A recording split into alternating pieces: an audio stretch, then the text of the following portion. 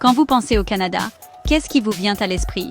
Peut-être les Rocheuses, la Tour CN, ou les vastes plaines enneigées. Toutes de bonnes réponses. Mais je suis ici pour vous dire que l'histoire du Canada, l'histoire vraie, authentique, celle qui sent la terre, commence ici, sur la côte Est. Ce n'est pas juste un endroit sur la carte, c'est le perron du pays, son tapis de bienvenue original. On l'appelle la porte de l'Atlantique, et pendant des siècles, c'est là que le Canada a commencé pour tant de gens.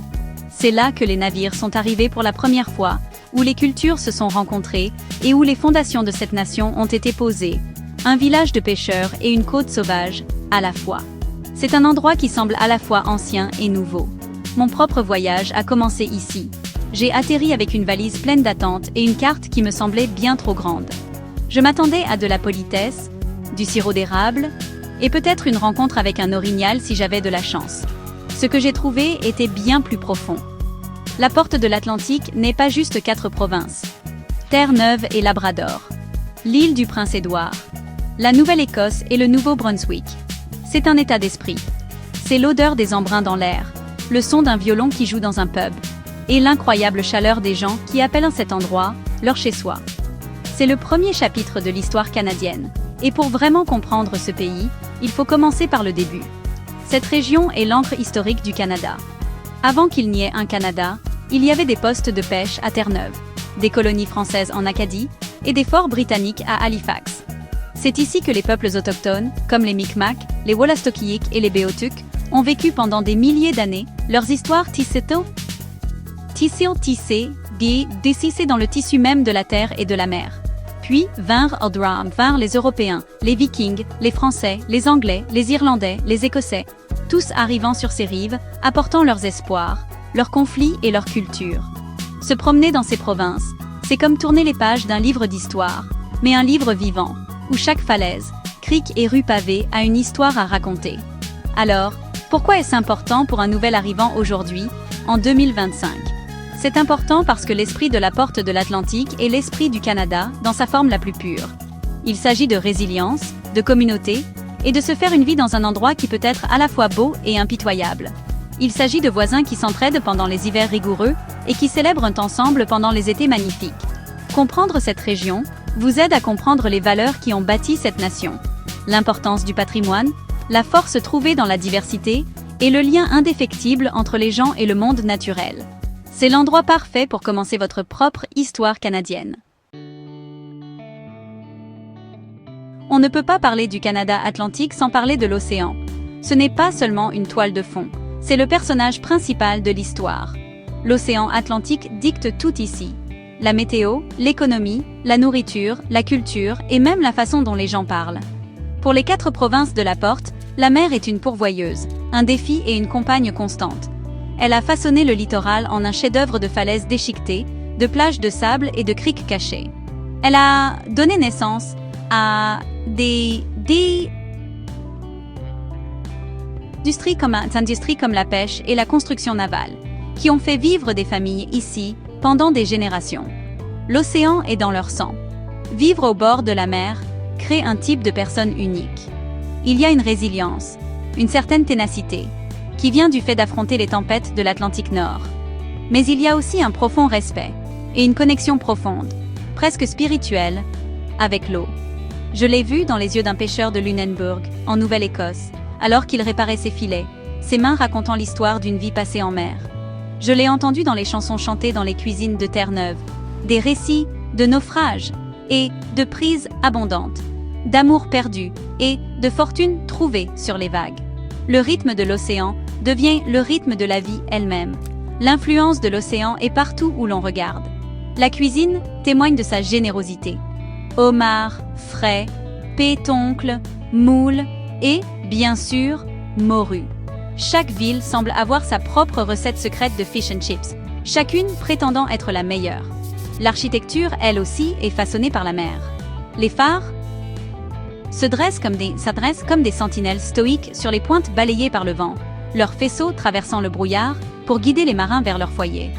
Les maisons aux couleurs vives des villages côtiers, comme la célèbre Jelly Bean Row à St. John's, auraient aidé les pêcheurs à retrouver leur chemin à travers la brume. C'est un paysage construit de pragmatisme et de poésie. Pour moi, un nouveau venu, l'océan a été un puissant professeur. Il m'a appris la patience lorsque j'ai observé la marée monter et descendre dans la baie de Fundy, un spectacle de l'immense puissance de la nature. Il m'a appris l'humilité lorsque je me suis tenue sur les falaises de Cape Spear, le point le plus oriental de l'Amérique du Nord, sentant le vent brut et indompté me fouetter. Il m'a montré que dans cette partie du monde, on ne conquiert pas la nature. On apprend à vivre avec elle, à respecter ses humeurs et à être reconnaissant pour ses dons. L'Atlantique est le cœur de cette région, et son battement résonne dans chaque aspect de la vie ici. Mon premier arrêt a été Terre-Neuve et Labrador, un endroit qui donne l'impression d'être au bout du monde. Et à bien des égards, c'est le cas. C'est là que l'Amérique du Nord commence. Son histoire est l'une des plus anciennes du Nouveau Monde.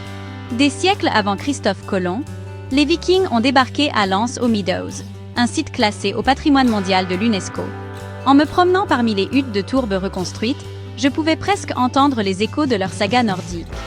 Puis, en 1497, Jean Cabot est arrivé, revendiquant la nouvelle terre trouvée pour l'Angleterre et déclenchant une frénésie de pêche qui allait définir la province pour les 500 prochaines années. Cet Istander in Needs Eyes, Istant ton prochain bois en prochain camp. Et ça est brut et tangible, et non enfermé dans un musée. Le paysage ici est aussi spectaculaire que son histoire.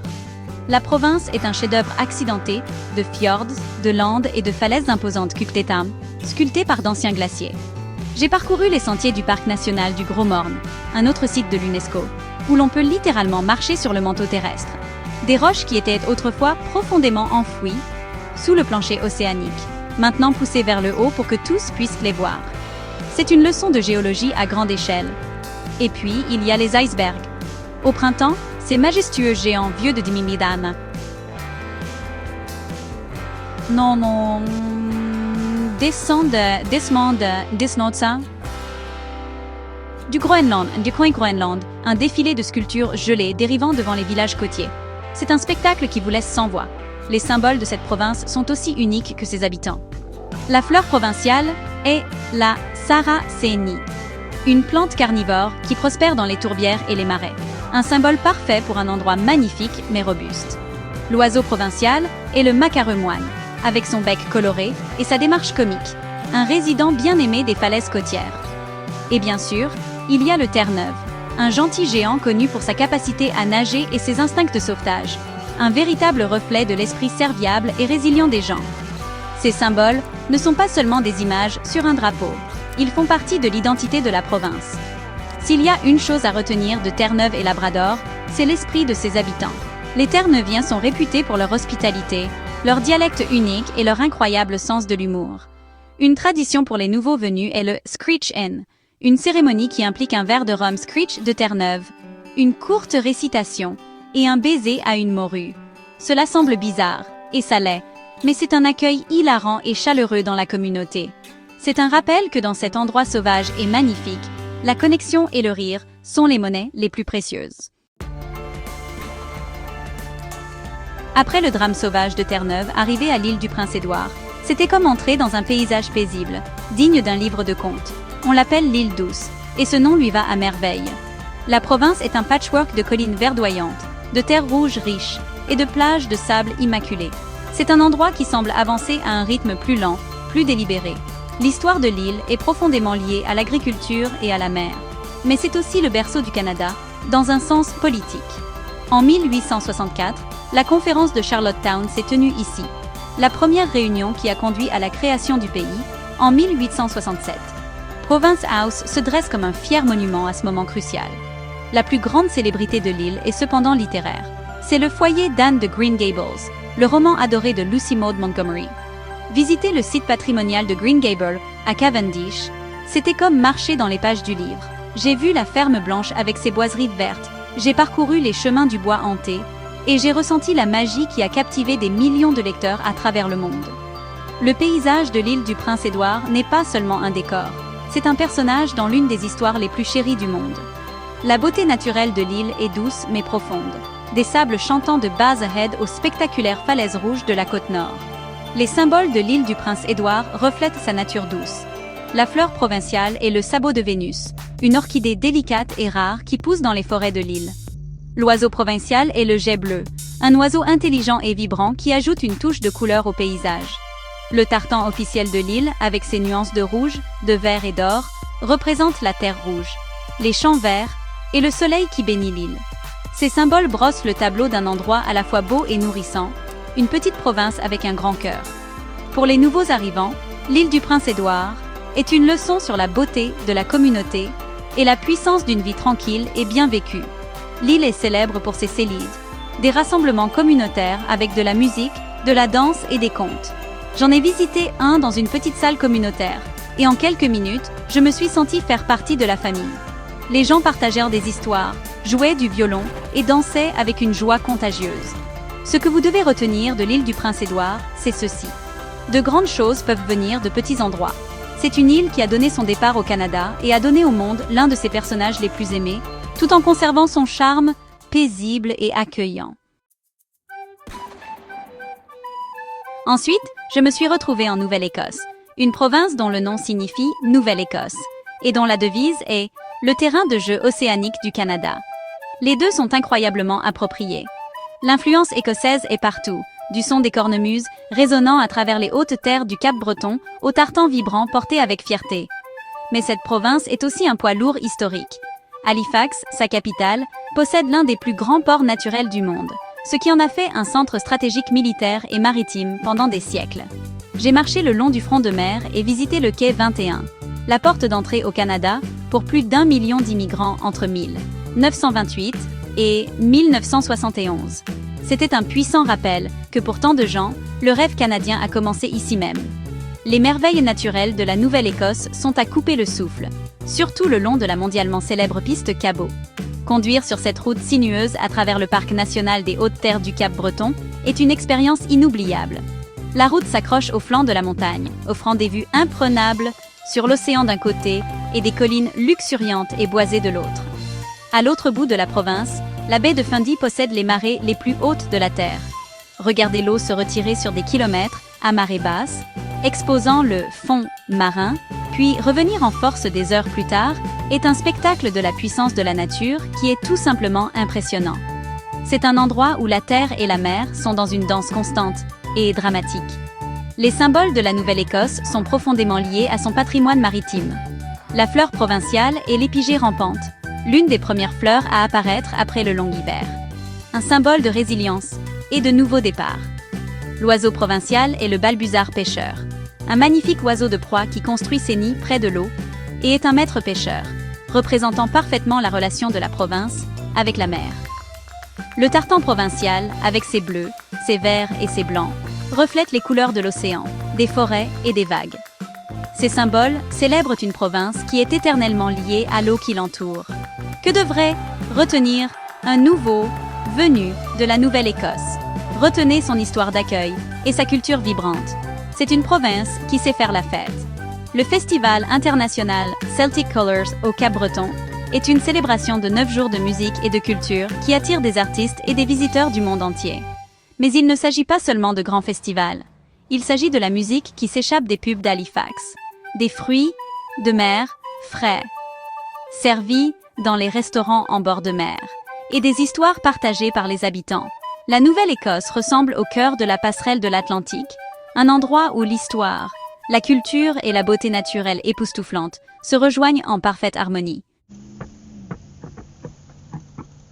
Mon dernier arrêt de ce voyage atlantique fut le Nouveau-Brunswick, la seule province officiellement bilingue du Canada. Ici, les cultures anglaises et françaises vivent côte à côte, héritage de son histoire complexe en tant que cœur de l'Acadie historique.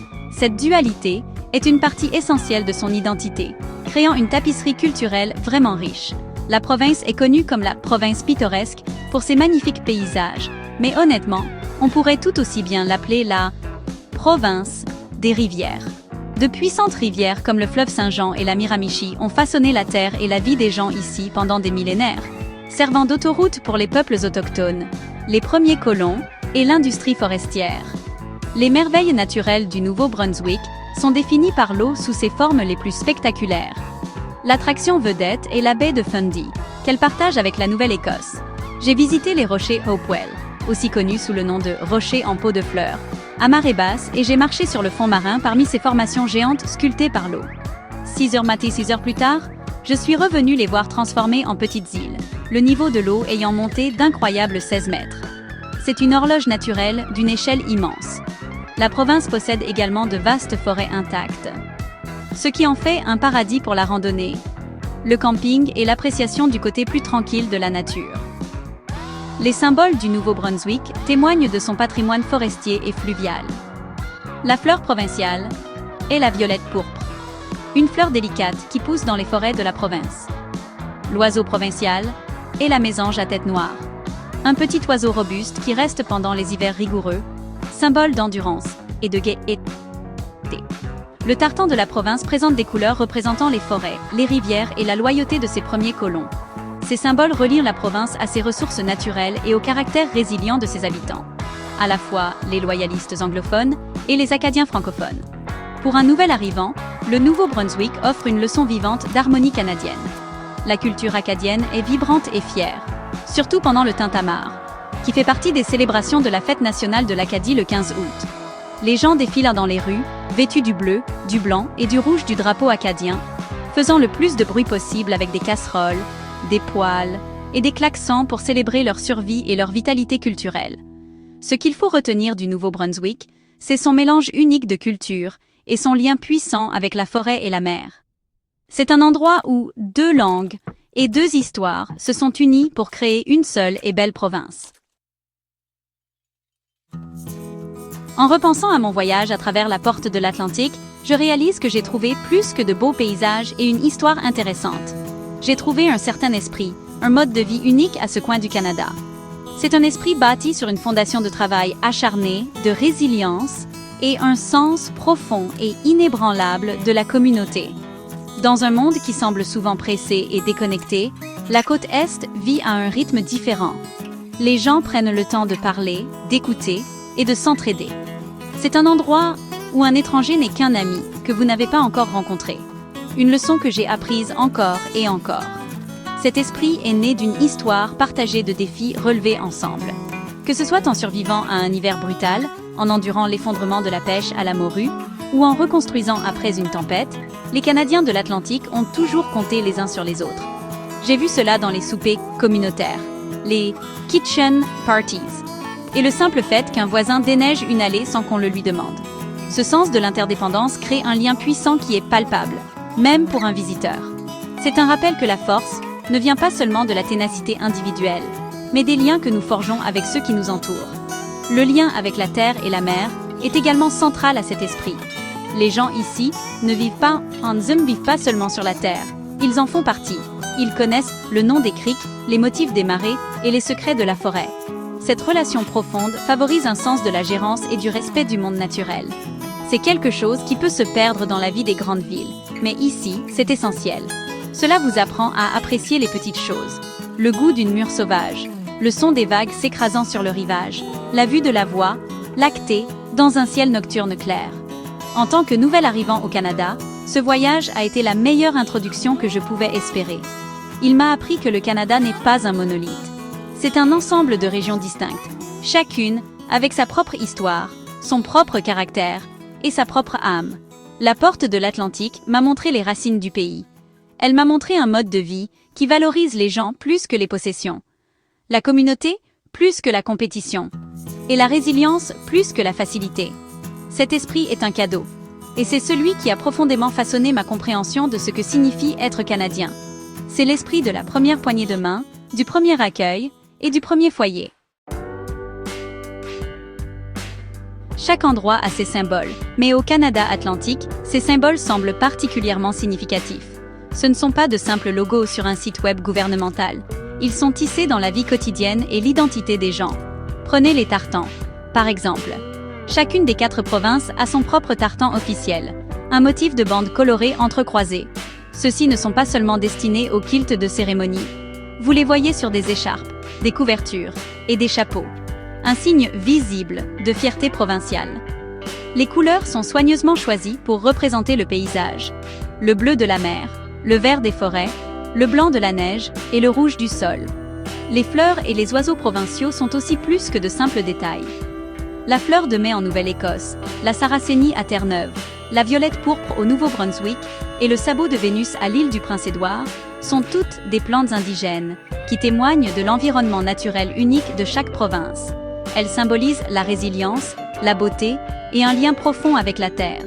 Voir un macareux sur une falaise à Terre-Neuve ou un jet bleu à l'île du Prince-Édouard n'est pas seulement une observation de la faune. C'est comme un salut de la province elle-même. Ces symboles vivants sont un rappel constant de la beauté sauvage qui définit cette région. Les célébrations ici sont une affaire sérieuse, et elles sont la sève de la communauté.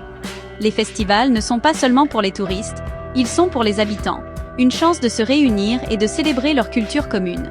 Du bruyant George Street Festival à St. John's, au sophistiqué Harvest Jazz and Blues Festival à Fredericton.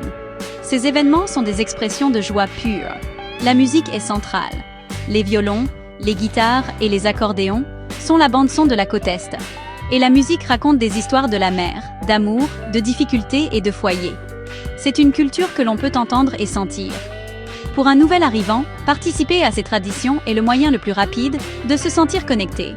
Quand vous tapez du pied sur un air de violon lors d'un Seilid, quand vous applaudissez les joueurs de cornemuse au jeu des Highlands d'Antigonish, ou quand vous rejoignez le bruyant défilé du Tintamar en Acadie, vous n'êtes plus un étranger. Vous faites partie de la célébration. Ces symboles et traditions sont les fils qui lient la communauté. Ils sont une invitation ouverte à partager l'histoire, la fierté et l'esprit vibrant du Canada atlantique, faisant de vous une partie de son histoire en cours. Mon voyage à travers la porte d'entrée atlantique du Canada a été plus qu'un simple voyage. Ce fut une véritable éducation. Cela m'a appris que pour comprendre un pays, il faut savoir d'où il vient. L'histoire du Canada n'a pas commencé dans les couloirs du Parlement, à Ottawa. Elle a commencé dans les doris de pêche au large des Grands Bancs, dans les établissements acadiens des Maritimes, et autour des feux de conseils autochtones qui brûlent depuis des millénaires. Cette région est le berceau de la nation. Et son histoire est un microcosme de l'expérience canadienne plus vaste, une histoire de peuples différents, qui se sont réunis, parfois en conflit, parfois en coopération, pour bâtir une nouvelle société. Apprendre sur cette région est essentiel pour tout nouveau Canadien, car cela révèle les valeurs fondamentales de la citoyenneté. Cela montre l'importance d'honorer le patrimoine autochtone et de reconnaître l'histoire complexe de la colonisation européenne. Cela démontre la valeur du bilinguisme, non pas comme une politique, mais comme une réalité vécue au Nouveau-Brunswick. Cela souligne l'incroyable résilience nécessaire pour bâtir une vie ici. Et le profond sens de neni ni ton andi comme communauté qui découle de cette lutte partagée. Ce ne sont pas des concepts abstraits, ce sont des leçons inscrites dans le paysage et incarnées par les habitants de la côte Est. La porte d'entrée atlantique est, en essence, une leçon sur la diversité canadienne. Non seulement la diversité des cultures que nous célébrons aujourd'hui, mais aussi la diversité fondamentale du pays. Les identités distinctes de Terre-Neuve, de l'île du Prince-Édouard, de la Nouvelle-Écosse et du Nouveau-Brunswick montrent que le Canada n'a jamais été une entité unique. Il a toujours été une mosaïque, une collection de régions fortes et uniques qui, ensemble, forment un tout plus solide. Comprendre la fierté qu'un néo-écossais a pour sa patrie ou un terre-neuvien pour la sienne vous aide à comprendre la nature du fédéralisme canadien et l'importance de l'identité régionale. Au final, le cadeau de la porte d'entrée atlantique est un sentiment de connexion. En explorant cette région, un nouvel arrivant n'apprend pas seulement des faits sur l'histoire ou la géographie. Vous obtenez une connexion émotionnelle avec l'histoire canadienne. Vous commencez à vous voir comme faisant partie d'une longue lignée de personnes venues sur ces côtes avec l'espoir au cœur. La porte d'entrée atlantique est peut-être l'entrée est du pays, mais c'est aussi une porte d'entrée pour comprendre son âme. C'est là que l'histoire commence. Et pour tout nouvel arrivant, c'est l'endroit idéal pour commencer à écrire votre propre chapitre canadien.